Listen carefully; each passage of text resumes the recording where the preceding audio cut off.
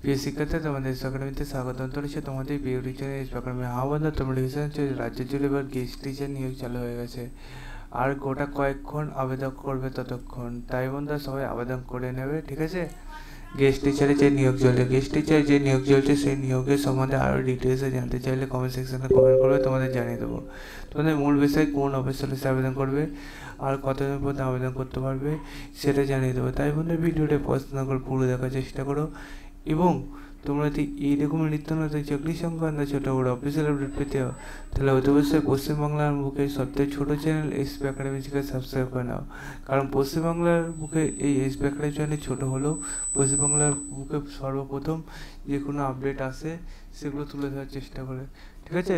চলো এবার সেটা দেখানো যাক যে কীভাবে আবেদনটি করবে। তোমাদের আবেদনটি কীভাবে করবে সেটা জানিয়ে দেবো। আবেদন তো তোমাদের অফলাইনে হচ্ছে, ঠিক আছে, সরাসরি ইন্টারভিউর মাধ্যমে নিয়োগ চলবে।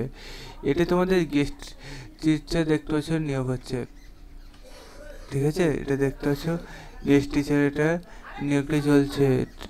এখানে 65 বছরের মধ্যে বয়স হতে হবে, 1/1/2025 নিয়ে যায়। কোয়ালিফিকেশান গ্রাজুয়েশন, পোস্ট গ্রাজুয়েট হয়ে থাকতে হবে। যে দেখতে হচ্ছে এই স্কুলের আন্ডারে তোমাদের নিয়োগটি চলবে।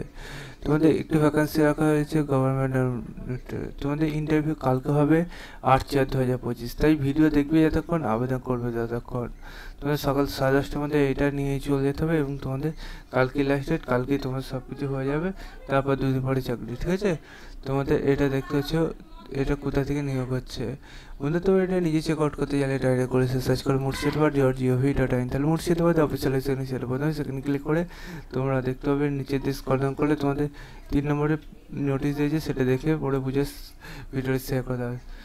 চলো বন্ধুরা এই পর্যন্তই থাক আজকে।